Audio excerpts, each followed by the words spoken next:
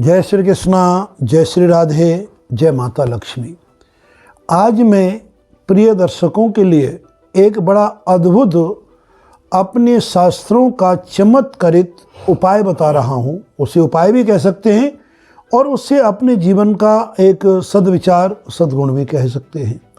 हमारे जीवन में हम अनेक सद्गुणों को धारण करते हैं और उन हर सद्गुण धारण करने के साथ साथ हमें उसकी बहुत बड़ी अनुकृति, बहुत बड़ा भगवान का अनुग्रह प्राप्त होता है। ऐसा नहीं हम खाली तप करते रहते हैं और हमारे जीवन में कुछ प्राप्त ना हो। हर त्याग का एक बहुत सुखद परिणाम होता है। तो आज मैं बताना चाहता हूँ, महात्मा तुलसीदास जी ने एक अद्भुत चौपाई लिखी है। उस चौपाई के संदर्भ में एक लघु कथा के माध्यम से मैं आपको स्पष्टीकरण करना चाहता हूँ कि यदि आप और हम या विश्व का कोई भी परिवार इस आचरण को करे जो महात्मा तुलसीदास जी ने लिखा है, तो मैं ये गारंटी करता हूँ कि 21 पीढ़ी नहीं, 100 पीढ़ी तक भी उस घर में से लक्ष्मी का कभी अभाव नहीं होगा, लक्ष्मी का अखंड वास बना रहेगा। तो देखिए ऐसा आचरण क्या है, उस आचरण के बारे में मैं आपको बताऊंगा और इन आचरणों को हमें अपनाना चाहिए। ये अमूल्य धरोहर हमारे ऋषि मुनियों ने हमें प्रदान की है और जो धरोहर है वो उन्होंने अपने जीवन का 100% यानी 100% अनुभव करके लिखा है। तो उन्होंने क्या लिखा है कि तुलसी मीठे वचन सो सुख उपजय चहु और वशीकरण एक मंत्र है तज दो वचन कठोर। जहाँ सुमति तहाँ संपत्ति नाना।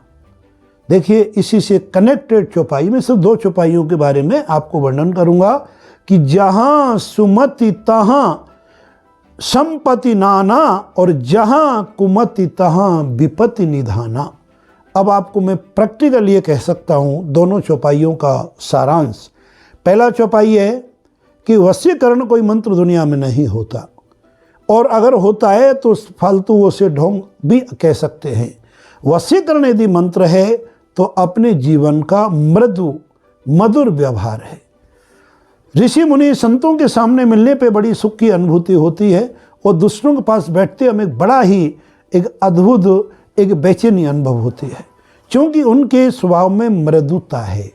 तो एक तो हम जीवन में मधुर भाषी बने और दूसरा जो एक अचूक अचूक अचूक रामबाण मंत्र है कि पूरे परिवार में सन्मति यानी सुमति हो, कहीं पर हमारे परिवार में विरोध ना हो।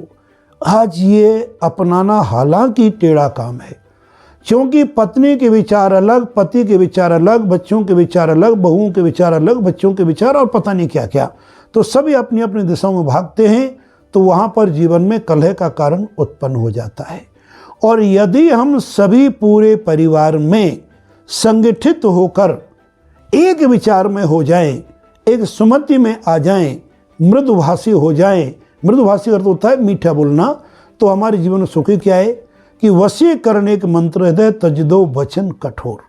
तो मैं इस पर एक छोटी सी लघु कथा के माध्यम से इस चौपाई का सारांश मैं आपको समझाना चाहता हूँ। एक बहुत बड़े धनाढ्य सेठ को कह सकते हैं भाई, 100-200 करोड़ के बहुत बड़े रईस आदमी थे और पीढ़ी दर पीढ़ी उनके जीवन में धन की वृद्धि होती चली जा रही थी। अनेकों कारोबार, अनेकों व्यापार, अनेकों जिनकी वो अपना धार्मिक भी था। वो अपने जो सेठ जी थे वो कुआं, बावड़ी, तालाब, नाना प्रकार के अनुष्ठान, नाना प्रकार के दान धर्म व्रत आदि भी किया करते थे और पूरी गृहस्थी बड़ी आनंद में चल रही थी। उनके 4 बेटे, 4 बहुएं, कुछ बच्चे भी थे। तो एक दिन सेठ जी क्या देखते हैं कि माता स्वप्न में लक्ष्मी जी के दर्शन हुए। माता लक्ष्मी झमझमाती देख करके सेठ बड़ा प्रसन्न हुआ और मैया को प्रणाम किया। लक्ष्मी ने कहा, सुनो सेठ, ध्यान से, मैं आपके घर में 7 पीढ़ी से रह रही हूँ, क्योंकि आपके घर में दान धर्म व्रत आदि का बड़ा एक अच्छा अनुपालन है। लेकिन कुछ कारण है, उन कारणों को मैं बताऊंगी नहीं। उस कारण से मैं आपके घर को छोड़ के जा रही हूँ। लेकिन इतने दिन तुमने मेरा सदुपयोग किया, कभी भी दुरुपयोग नहीं किया। एक कोई परिवार में दरार है उसको मैं बताना तो नहीं चाहूँगी, लेकिन मैं जाऊंगी आपको छोड़ करके, इन सब के बदले आपको एक वरदान देना चाहती हूँ। एक वरदान आप मांग लो, लेकिन ध्यान रहे इस वरदान में पैसा, संपत्ति, वैभव ये नहीं मांग सकते आप। केवल अपना जो मांगना है और कोई भी मांग लीजिए। सेठ जी ने कहा कि माते मैं तो अभी स्वप्न में हूँ, क्या तो आपसे मांगूँ और क्या नहीं मांगूँ, मुझे कुछ समझ में नहीं आ रहा है। आप मुझे मातेश्वरी एक दिन का समय दे दें, अपने पूरे परिवार से विचार विमर्श करके, मंत्रणा करके, सबके विचारों का आदान प्रदान लेके कल शाम को मैं आपका स्मरण करके सोऊंगा। आप मुझे बता देना कि आप क्या, मतलब मैं बता दूंगा और आप मुझे वरदान दे देना। लक्ष्मी माता ने कहा कोई बात नहीं, 7 पीढ़ी से मैं तुम्हारे यहाँ पर अनधनित हूँ, अनगिनित हूँ, तो एक दिन का आपको समय दे दिया जाए। सेठ जी प्रातःकाल हड़बड़ाए नहीं, अपने जो उनका नियम था ब्रह्म मुहूर्त में जगे, जो हमेशा जगते थे, स्नान आदि किए, पूजा पाठ किया और पूजा पाठ करके जो सब ने बाल भोग, जिसको हम लोग ब्रेकफास्ट कहते हैं, ब्रेकफास्ट आदि कर लिया। तो सेठ जी ने कहा भैया सुनो, मुझे कोई ज़रूरी मसले पर, ज़रूरी बिंदी पर पूरे परिवार से एक सलाह करनी है। बच्चों ने कहा कि हाँ पिताजी, हम आपके आज्ञाकारी हैं, बोलिए। सबको अपने, जिसको आपके आज की भाषा में ड्राइंग रूम कहते हैं, तो सभागार होता था, उसमें बिठा लिया उन्होंने। बिठा के कहा कि देखो भाई, अब कुछ ही दिनों में लक्ष्मी हमारे घर को छोड़ के जा रही है, ऐसा माता लक्ष्मी ने स्वप्न में मुझे आदेश दिया है। लेकिन साथ में ये कहा है माता लक्ष्मी जी ने कि तुम एक वरदान मांग लो, उस एक वरदान में तुम पैसा मत मांगना, मैं लक्ष्मी के अलावा तुम जो मांगेंगी वो मांगोगे वो मैं आपको दूंगी। तो क्या मांगूं? उनकी सबसे बड़ी बहू बोली कि महाराज श्री, पिताश्री, पैसा ही तो नहीं मांगना है, उनको बोल दो जितने भी हमारी तिजोरी कोठे हैं, सब में हीरा जवाहरात मोती माणिक बहुमूल्य चीज़ें हमारी भर जाएं, उनको बेच बेच के काम चलाते रहेंगे, पैसा ही तो नहीं चाहिए। लेकिन उनकी सासू माँ तर्क की कसौटी पर थी। सेठानी ने बोला बेटे, अगर हमने मांग लिया और भाग्य में लक्ष्मी छोड़ के जाएंगे तो सब कंकड़ पत्थर बन जाएंगे, तो ये मांगना उचित नहीं होगा। दूसरी बहू ने कहा कि पिताजी, मेरे कहने से जिन दुश्मनों ने हमें बड़ा कष्ट दिया बीच बीच में, उन सब की आंख नाक फूट जाए, सब पड़ोसियों को दंड मिले। सेठानी ने फिर कहा कि बेटा, उनको दंड मिलने से हमें क्या मिलेगा, इससे लक्ष्मी हमारे प्रसन्न थोड़ी होंगी, हमें तो अपने परिवार का कल्याण चाहना है ना। तो तीसरी बहू ने कहा कि देखो, हम ऐसा करते हैं, बहुत सा जमीन जायदाद मांग लेते हैं, उसको हमारे पास में बहुत बड़ा जमीन जायदाद बनी रहेगी तो उसके सहारे चलते रहेंगे। फिर सासू बड़ी बुद्धिमाता थी और छोटी बहू उससे भी बुद्धिमाता थी। उन्होंने कहा बेटा, अगर हम बहुत प्रॉपर्टी मांग लेंगे, जमीन जायदाद मांग लेंगे, लक्ष्मी की अगर कृपा नहीं होगी तो उसमें भी कोई इंक्रोचमेंट, अतिक्रमण, झगड़ा, टंटा, पता नहीं क्या क्या हो जाएगा, तो ये भी मांगना उचित नहीं है। जब सबने अपने अपने इन तर्कों के अलावा अन्य तर्क भी सबने दिए। छोटी बहू बड़ी सुशीला, सच्चरित्रा और बाकी सच्चरित्रा सभी थी, लेकिन बड़ी सद्व्यवहार, कुशल और विदुषी थी। जैसे आदमी को विद्वान कहते हैं, महिला को विदुषी कहते, बड़ी विदुषी थी।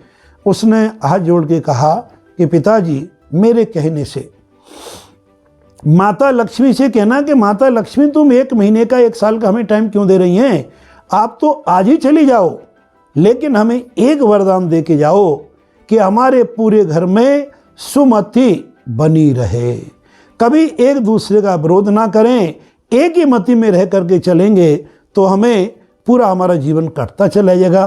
पिताजी, लक्ष्मी थोड़ी है, पेट तो भगवान सबका भरता है, पशु पक्षियों का भी भरेगा तो हमारा ही पेट भरता रहेगा, लेकिन कलह नहीं चाहिए, विवाद नहीं चाहिए, घर में दरार नहीं चाहिए।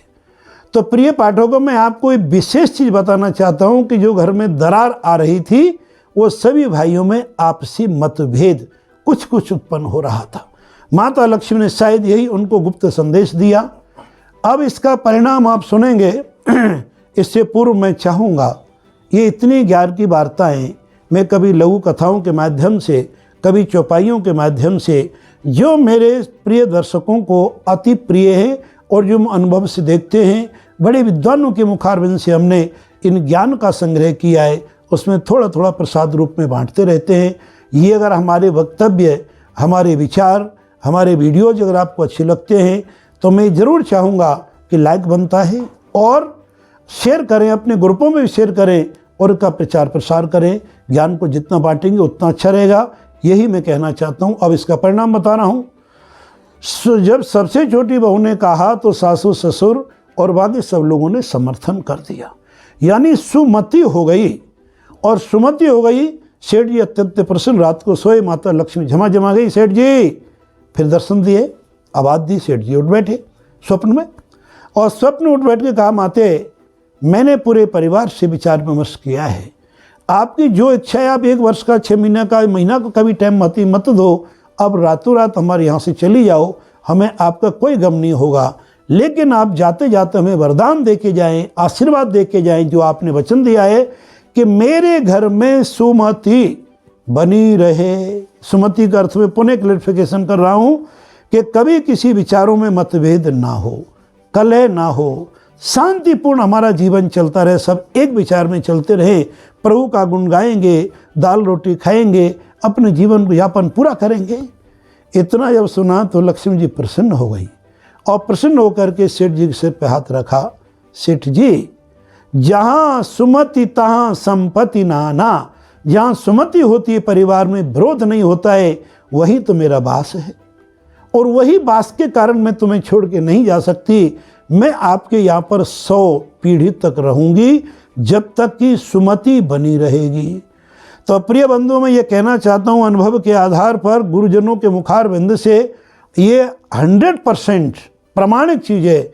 अगर किसी घर में सुमति है, किसी प्रकार का विरोध नहीं, कलह नहीं, अशांति नहीं, वहाँ पर लक्ष्मी का वास होगा और हमेशा बना रहेगा। जहाँ सुमति तहाँ संपत्ति नाना, जहाँ कुमति तहाँ विपत्ति निधाना। तो ये हमारी सुख संपत्ति का ऐसा आपको मैंने एक अचूक प्रयोग बताया है। एक पीढ़ी नहीं, 100 पीढ़ी तक आपके घर में रहेगा। लेकिन इसके लिए हमें करना क्या है? अपने पूरे परिवार में संस्कार देने हैं, पूरे परिवार को समता की दृष्टि से देखना है, पूरे परिवार का ख्याल रखना है। जब ये सद्गुण जिस घर में आ जाएगा तो जीवन में आपको सुख समृद्धि बनी रहेगी। बस आज की वीडियो में इतना ही। जय श्री कृष्णा, जय माता लक्ष्मी।